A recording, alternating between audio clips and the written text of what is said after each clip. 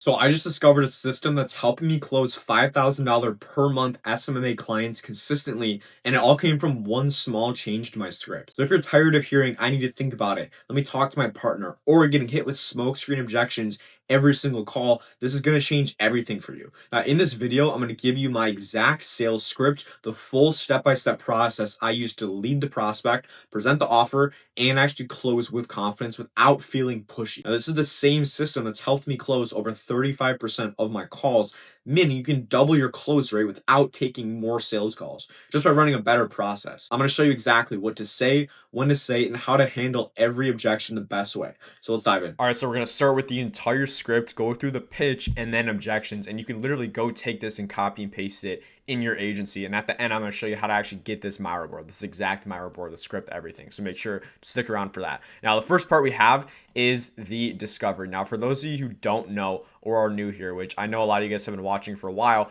but if you're familiar, the discovery is the most important part of the sales call. Now, the reason for that is because with the discovery, our whole goal is to gather ammunition for the pitch. So with the discovery, I would say this is 80% of the entire call, because what a lot of people do is they go through discovery, ask some questions, you pitch them something, but it's the same thing that they've heard before, and then you get hit with objections of, oh, I need to think about it, oh, it's the same thing I've heard before, how is this gonna be different? Which, if you have a good discovery, you pre-handle every single one of those objections because you know exactly what they tried before, what they're thinking of trying, and you position your service as the simultaneous reason why everything they tried before has failed and why this time your solution is going to be different. So that's what we're trying to do with the sales call, with the pitch, is to show them that. But to get the ammunition, we need to have a discovery. So the first part is just going to be rapport. This is going to be about the first 0 to, I would say, 60 seconds of the call. You don't really want to have a long drawn out discovery. I used to get more personal with discovery, and I've recently tailored it back. Just something super simple. Hey John, how's it going? Awesome. You hear me okay? Sweet. Where are you calling from? I'm over in Miami. Oh, is it super hot over there? I know this time of year I know it's freezing cold over where I'm at, but how's the weather over there? But like, I'm genuinely curious, right? That's the biggest thing, is just show them you're a real person. Don't just be a robot. And be like, awesome, well, I know we got a limited time today. Is it cool if we just dive in? Awesome. That's simple rapport right there. Show them you're a real person. After that, we're going to get into the frame. This is so that we actually want to tell them what to expect during the call. What happens with a lot of guys I talk with, and what I used to get hit with a lot of times, is you're going through discovery and then, oh, just tell me the price. Tell me what you do. Get to what you actually do. And then you kind of like freeze up. You don't know what to say. And then you just end up pitching them. And then obviously they don't close. Oh, it sounds good. Let me think about it. Right? Same thing, same old. I used to get that as well. So the frame, the reason for this is we want to tell them what's going to happen on the call and get them bought in to our process. So instead of me telling you every little different thing I do, I found the absolute fastest way to frame it in the prospect's best interest. To take these calls is just, I can get some context in your business and what you're actually trying to do. So I can just kind of give you the relevant stuff, and we can go from there at the end of the call. If it's a fit, awesome. If not, I'll point you in the right direction. Is that cool with you? Get them to tell you, yes, that sounds good with me. Once they tell you yes, they can't go and object, because they can't cut you off, because they literally just said, yeah, that sounds good. You can go through your process. Now, once we have them bought in, we're going to need to find the problem right away. Now, there's different ways you can take a sales call. Some people like to start like with their current state, with what they're looking to do. I always like to find out the problem. Now, the simplest way to do it is if they came from paid ads, SMS, cold calling. No matter what it is, you go and ask them, hey, so I know, I guess what were you kind of hoping to get out of the call today? How can I help out? Take that frame of, number one, I like, and again, this is just like a framework. I don't follow this script word for word, but you're positioning you as like a helper, as someone who can help them. So excuse the handwriting as well. How can I help out? Right? We're asking them, how can I help out? What are you looking for specifically from this call? You're either going to get one of two things. One is, so you ask this question, one of which is they're all of a sudden going to just start expanding. They're going to tell you their problems. And second is they're literally going to tell you like nothing. Oh, I just want more business. Or, oh, you reach out to me, right? So they give you a very in-depth answer. Awesome. You're in the call. You're getting the problem. If they give you a simple, oh, I just want more business. What you want to do then is you don't want to take that. A lot of people just go take that and move to the next question. And they give you a very surface level answer, which a lot of times you get, especially if you're doing outbound. Oh, you reached out to me. Okay, I got you. Well, I'm sure you wouldn't be on the call if you were looking to take on like less business, I'm assuming, right? Kind of joke around with them. So I guess for you, is it more of like a consistency issue? Is it like a lead quality? Not enough. Is it there's oh, is it a consistent, is it more like a consistency thing, like a quantity or mainly a quality? Like tell me about that. Oh, well, it's mainly lead quality. Okay, so that's the problem. They don't have qualified leads. Whereas a lot of you guys just buy in, oh, I'm just looking for more deals. Okay, more deals, awesome. Then move to the next question. Okay, well, I mean, what's the problem, right? Everyone wants more deals. What's the problem you're trying to solve, though? So when you say more deals, I'm guessing you wouldn't be on the call if you were fully booked out. I guess when you say more deals, is the problem mainly like, is it a consistency issue, like lead quality, lead quantity issue? Like, tell me more about that, and then get them to open up and expand. After we get the problem, now we know why they're on the call, go into current state. Okay, so I guess what are you doing right now to actually solve that lead quantity issue? Like, how are you getting leads right now? And you tie it back to what they said right here. What you want to do throughout the call is use the prospect's words, right? Even if, because like people buy from people like them. That's why if you're watching this, you probably resonate with something about me. And maybe if you're new here, maybe you think I'm stupid. So excluding you, but a lot of people who keep coming back are people who resonate with me. Maybe it's how I look, how I talk, the value I give, stuff like that. It's just they resonate with it. Same thing with your prospects. People buy from people they like. So your prospect, you need to get them to like you as much as possible, not like in like a friend way. I guess not even like you as much as possible, trust you as much. And if you're using their words, their language, they're going to trust you a lot more. Like, okay, this person gets me, and that's another big part of it. It's mainly just showing that you're actually listening to them. So, what are you doing right now to actually get new business? What are you doing right now to fix that consistency issue? Oh, I'm doing X, Y, Z. Okay, and then obviously you would tweak this to whatever the year. I just want to get an idea of how many jobs, how many deals, how many clients they're actually getting. Okay, so I guess like last month specifically, how many jobs did you actually close? And you see, I'm saying specifically because I don't want to ask. So on average, how many jobs do you do in a month? If you ask anybody that, any business owner, they're always going to inflate their number. Maybe they had a 10K a month, which is, not to name names, a lot of what these online gurus and stuff do. They have 10K a month. Oh, I make 10K a month, right? But all these business owners, it's just a habit. They're going to give you the biggest month that they've done. Yeah, I'm usually doing like three jobs a month or so. Okay, 3 jobs a month. Got it. So and is that average for you? Is that typical? Yeah, and then a lot of times, well, yeah. Oh, it doesn't sound like it's super typical. I guess how many did you do last month? And we're getting specifics rather than asking them the average. So, oh, last month I did 3 deals. Okay, what about the month before that? Oh, I did one. Month before that, I did one. Month before that, oh, I did zero. Okay. So is it more like 3 jobs on average a month, or is it more like one, two, maybe? More like one a month? Yeah, it's probably more like one a month. Okay, got it. And that's a huge gap. They were inflating their numbers by 300%. And again, we're our goal. They buy from us the bigger the gap is. So if their gap is only this big, they're not going to buy. But if it's like this, and they're much more likely to buy because you have all this room of showing them how big their problem really is. So okay, and then you get an idea of where they're at. As an example, I had a prospect literally yesterday, a sales call I was on, or it was two or 3 days ago, and I was like, okay, so how many deals did you do last month? Oh, I did 3 last month. Okay, what about the month before that? I don't remember. I have to go and look. Okay, so I guess just like this year, how many deals have you closed so far? Oh, I've closed 19 this year. Okay, well we're in December, and I asked, so are you closing 3 month on average? She was like, yeah, it's usually average. Okay, well, I mean, we're in December, so let's even say we're 11 months in the year. If you're closing 3 a month on average, you should be doing 33 deals this year. How many have you done so far? Oh, I've done 19. Oh, okay. I mean, something's not adding up. I mean, if you're doing 3 deals a month, that would be about double what you're doing now. So, I mean, are you doing 3 a month, or is it more like 1 or 2 a month? Because that's not even 2 a month.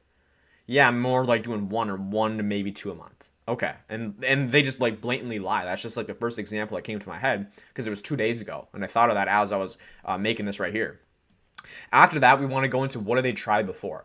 If you skip out on this, you are not going to close anybody because you're going to go pitch them something they've already heard. Chances are they've already gotten pitched something very similar to what you do. Facebook ads, YouTube ads, Google ads, everyone's heard it. Everyone's heard the same spiel before.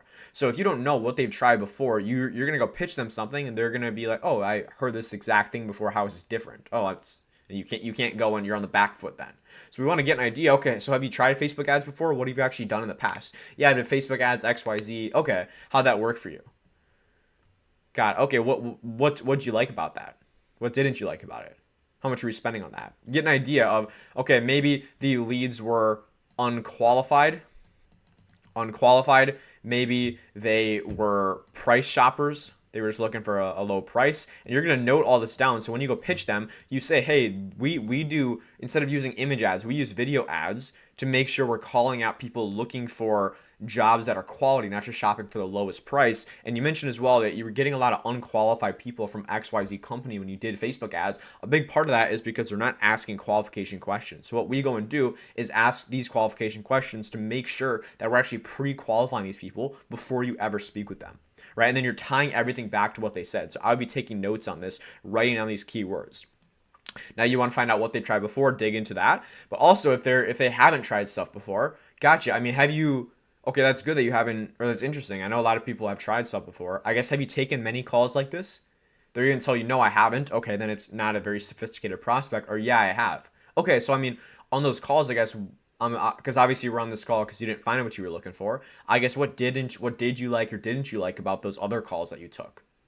Well, I didn't like XYZ. Okay. And then that's more ammunition you can use. It's not only what they tried, but what they've got pitched, what they're thinking about trying as well. We want to burn all these bridges because if they have other options when you drop the price, they're going to go to these options. You need to burn every bridge they have. After bridges is heaven. And by the way, if you want this whole Miro board, just go DM me on Instagram at noah.helped, or if you have questions, hit me up as well. Always happy to help out and connect with you guys. But basically, next is heaven. So we want to get, this is basically the goal. Okay, so you said you're doing two jobs a month. I guess where would you like to be in the next, say, 6 to 12 months or so? You see as well, when I ask it, it's almost like I'm thinking of the question on the spot, right? It's not like I pre-planned the question. Okay, so you're doing 2 deals. How many deals do you want to be doing next year? Okay, so you said you're doing 2 deals a month now. It's been like that the last couple of years. I guess let's say like 6 to 12 months down the line. So like next year, how many, I guess, deals do you want to be doing? See, it just sounds way more natural. And instead of saying, okay, I mean, why, I guess, what would 7 deals do for you personally? That's, I hate those questions. So I found this, I got this framework from another guy, and he basically says, okay, it sounds like you thought of that number before. Why that number? They say, oh, I want to do 30 jobs next year. Okay, it's 30 jobs. I like that. It sounds like you thought of that number. I mean, why 30? Well, because XYZ, and they're going to go give you all that sort of stuff, right? So after you get heaven, you get their goal, you get why they're actually on the call. Again, we're creating a gap. If they tell you they're at X and they want to get to Y, the bigger the gap is between these two, the easier the easier it's going to be to close them. After we get that, we need to get fuel, building urgency. This is something I struggled with for so long. I'm not sure about a lot of you, but as an introvert, I did not like, I hate feeling like pushy and salesy, and I could not find for the life of me, find a way to get urgency without asking. So I guess if you do the same thing, like what's gonna happen next? If you keep doing where if you're still in the same shoes 6 months down the line, I guess what's gonna happen then if you don't make a change?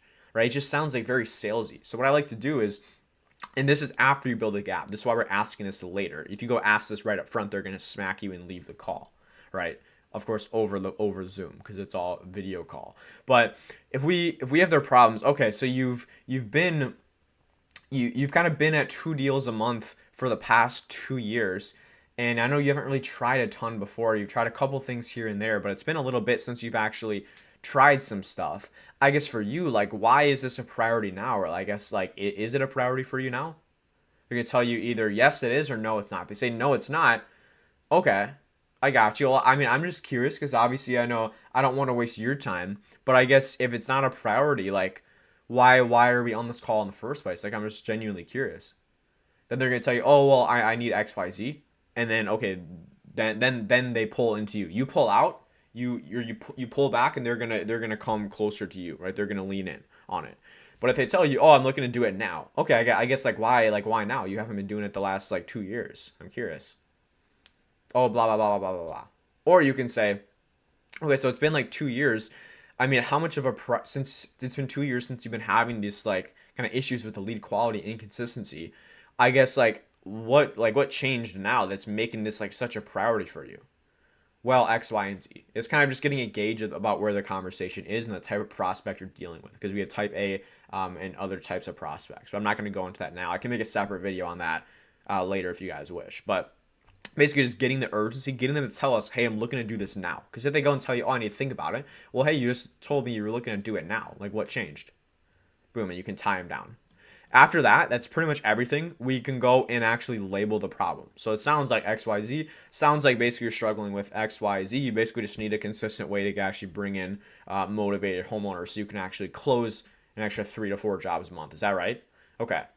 Then what you want to do is transition to pitch. What a lot of people do, and the mistake I made, was after you go through the discovery, you go right into the pitch, and then it basically you go through this. You're like, okay, awesome. Well, can I share my screen and show you what I do?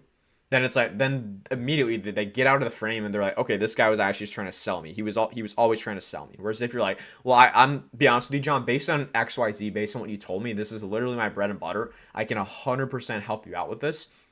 Um, and help you out solve that lead quality issue and getting to 3 to 4 jobs a month, because it's literally what I do. So I mean, I'm happy to kind of show you how it works, but I guess where do you want to go from here?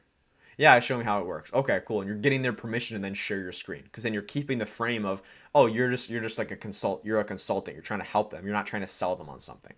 Once we do that, we're going to go into the pitch, and this is actually the next pillar. I'm just going to walk you through how I would do it. And I like pitching on a Miro board personally. I don't love doing like a pitch deck. Let me get this out of the way. I don't love doing pitch decks, so this is kind of exactly what I would do. And also you can kind of customize it specifically to them. That's the nice part about a Miro board. You can also like draw on it, write on it, and it makes it seem like it's custom. So the way I would go and do this is, all right, John. So you know how you mentioned that you were getting a lot of kind of tire kickers from the Facebook ads you were doing before who weren't actually like looking for a new roof. They were kind of just window shopping. Well, what we actually do is we're only targeting people who are actually in the market for a new roof. And this is just like an example. This isn't like, this is like a real estate ad, and and and yeah, this is like a, let me see, yeah, it's like a real estate ad roofing. So this, just use this as like a placeholder. But basically, you're going to tie back everything they told you in discovery to why you're pitching them, what's in it for them. If you go and just pitch them, you're like, yeah, so we do this, so we do this, and we do this. So, okay, what's in it for me? But if you tie it back to, so you know how you told us that you were getting a lot of financially unqualified people, prospects, just window shopping, looking for the cheapest roof. Well, it's because they're just targeting anybody. What we actually do is we only target people in the top 10% of household income in the entire US. So we're only focusing on people who actually have the money in the first place. So you're not going to get these window shoppers, price shoppers looking for the lowest deal. Does that make sense? Gotcha. And then maybe I would show like video ads or here as an example. So you know how instead of this, I would do like a, so I can write this out, video ad. Again, excuse the spelling. But then you can say, oh, so, and you know how your other company you were working with, they were doing these generic image ads. That's why we actually don't do any of that. We do custom video ads. So we're actually building your brand in the process, getting people who actually trust you before you reach out. You see, we're just tying everything that they tried before and showing how this is different, how we do something different. Because the key thing that you need to realize is new is always better than better. What that means is people would rather buy something they've never tried, never heard of before, than something that's the exact same that's quote unquote better, right? Now, step 2 after that is pre-qualifying the leads, XYZ. Remember how you mentioned that you don't get pre-qualified leads. They're just kind of garbage. But we actually go through this extensive process to make sure they're actually pre-qualified. We get them book in your calendar. You just, again, walk through, repeat. You said this, so we do this. You said this, so we do this, so that you can get an extra 15 motivated homeowners a month, so that you don't have to waste time chasing leads down, right? Use their words. After you pitch them, this is key. You want to get a temp check. So you don't want to go right into the price. We want to flush out all the possible objections before we drop the price. So I'm now in curiosity, John, I guess, and what questions do you have about any of that, right? First thing you ask, what questions do you have? And I like asking it that way instead of, do you have any questions? If you ask, do you have any questions? No, right? People don't like feeling like they don't know the answer. So be like, that's a lot I went through. A lot of people usually have a lot of questions on that. I guess, what's coming up for you now? Oh, well, XYZ, I have a question about this. Okay, awesome. Then you go answer those questions, because you don't want these questions to come up after you drop the price. Then you're on the back foot. The sale's gone, right? They're leaving the buyer pocket. After that, though, after you flush out the questions, perfect. So just so I kind of know where you're at, John, everything I just showed you, I know it's kind of a cheesy question, but on a scale of like 1 through 10, 1 being, Noah, I hate your face. I want to get off this call now. And 10 being like, I'm awesome. Let's go ahead and do this. I just need to know the logistics and I'm 100% good to go. Where would you say you kind of fall on that scale? Oh, I'm like a 7. Okay, that's cool. I guess why a 7 as opposed to a 6? Well, because X, Y, Z. Okay, I guess why 7 as opposed to like an 8 or 9? Well, I like this, this, and this. And whatever they tell you, oh, it's a 7 out of 8 or 9 because of this reason. I think I got that backwards right there. But it's a 7 out of 8 or 9 because of just because of the price. I just want to know how much it costs. Yeah, I got you. Well, I guess numbers aside, just on the process itself, just so I know it's something that you actually feel like that you're confident could actually help you add an extra 3 jobs a month so you can XYZ. Oh yeah, I'm like a 9 or 10. Okay, perfect. So it's really just the logistics. Yeah, you want to make sure they're at like a at least an 8 to a 10 before you actually go and drop the price. So after that, you can get even a double title. I don't always do this. So based on everything we covered so far, is this something you'd like to move forward with? Of course, if the finances make sense for you. Yeah, of course, money aside. And then getting a double tie down there. After that, the way we drop the price is usually I break it up into 2 pieces. One is going to be the ad spend because I'm assuming most of you guys are doing like lead gen. So there's basically and then your service fee, right? So basically there's 2 parts to it, John. The first thing is the ad spend. This is going to go directly to Facebook. Are you familiar with how ad spend works? Yeah. So I would recommend for you to get to 4 jobs a month, add an extra 2 to 3.